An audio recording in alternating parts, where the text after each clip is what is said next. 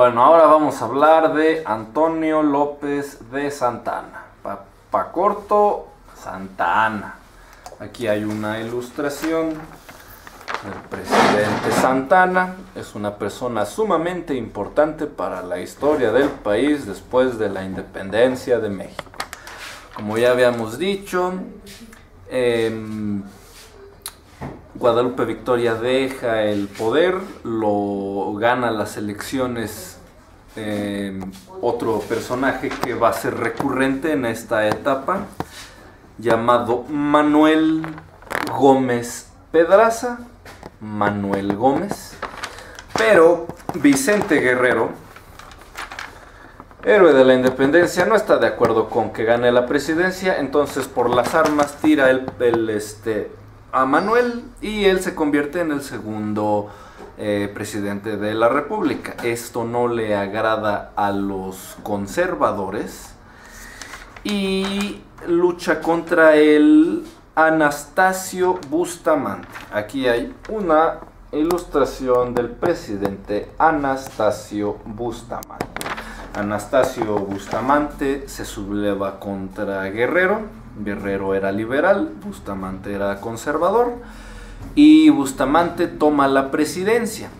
Ahora, Santa Anna, quien ayudó a sacar a Iturbide del país, que era de ideas liberales en ese momento, se molesta y lucha contra Bustamante, y en lo que se arreglan los liberales y los conservadores, vuelve a la presidencia Manuel Gómez Pedraza y eventualmente Melchor Musquiz. Pero bueno, después de severo pleito, López de Santa Anna ya gana las elecciones como presidente, conforme a los ideales del Partido Liberal, y su vicepresidente es Valentín Gómez Farías.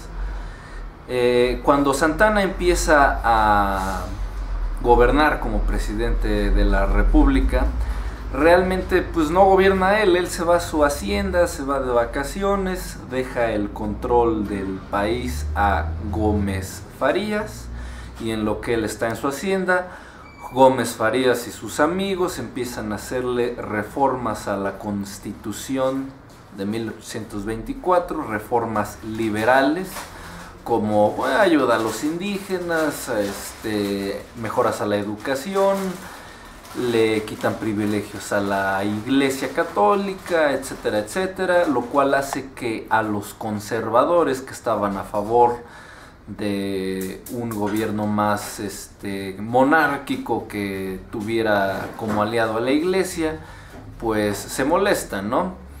Entonces le piden a Santa Anna que regrese, y Santa Anna traiciona a sus amigos liberales, les hace caso a los conservadores y quita la Constitución de 1824. En 1836, la primera Constitución de México deja de estar vigente y es sustituido por lo que se denominó las 7 leyes.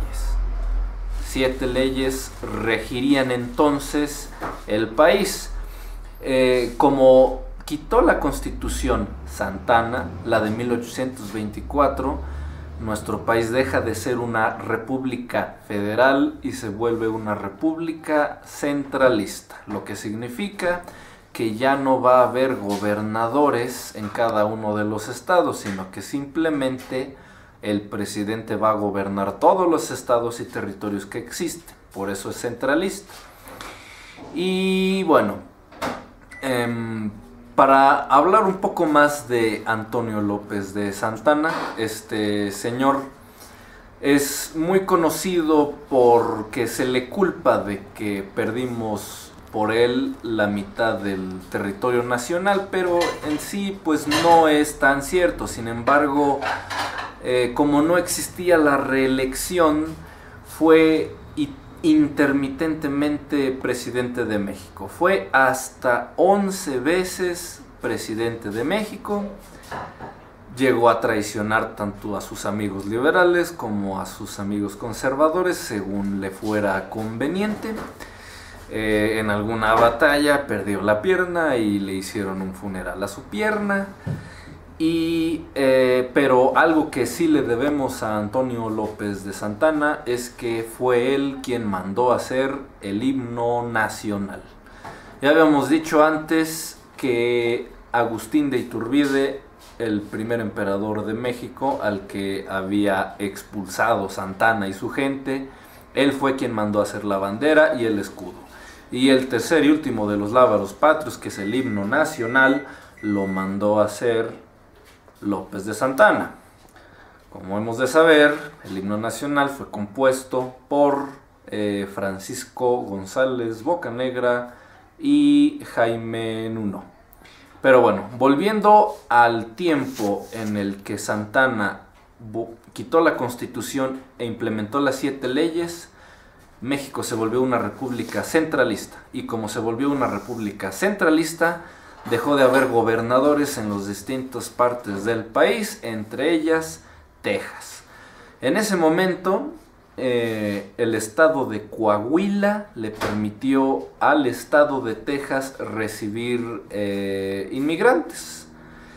Y se llegó a hacer unas colonias dentro de Coahuila. Sin embargo, ya empezaba la política expansionista de Estados Unidos. Estados Unidos pretendía que la frontera entre México y Estados Unidos fuera hasta el río Bravo. Nosotros decíamos que no, porque nuestros eran los territorios de California, de Texas y de Nuevo México.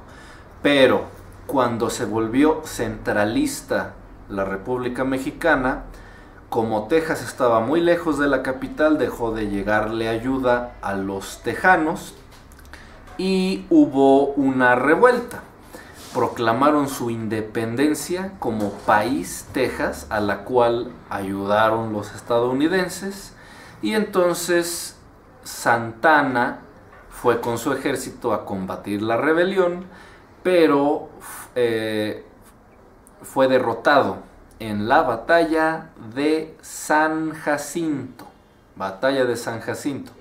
Ahí fueron los estadounidenses, no los tejanos, sino los estadounidenses, los que le hicieron firmar la independencia de Texas, que eventualmente se anexaría a Estados Unidos como un estado, y también lo obligaron a renunciar a la presidencia de la República. Y así fue como terminó uno de sus periodos. Eventualmente Santana volvería a gobernar el país en distintas ocasiones, así como Manuel Pedraza. Siempre que hay problemas y no hay no saben cómo resolver el problema, los van llamando simultáneamente. Ahora, una vez que... tienes el plumón. Sí. Una vez que renuncia Santana, el siguiente subtema es la primera intervención francesa.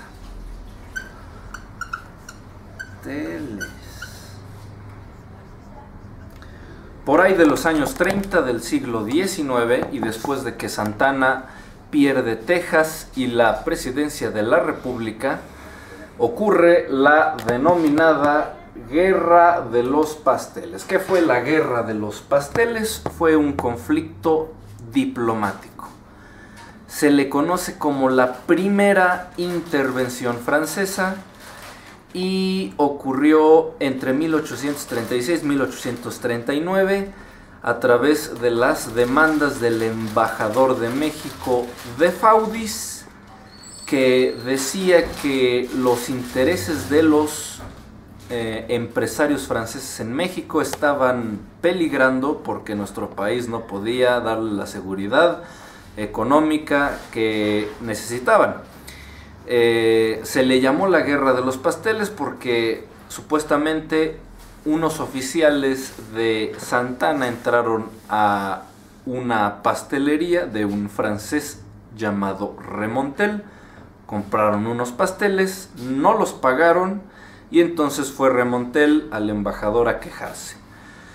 El pastelero pedía que se le pagaran 6,000 pesos de indemnización y al final, con todas las quejas de todos los empresarios franceses que se quejaron en ese momento, fueron hasta 600,000 pesos de indemnización los que estaban pidiendo.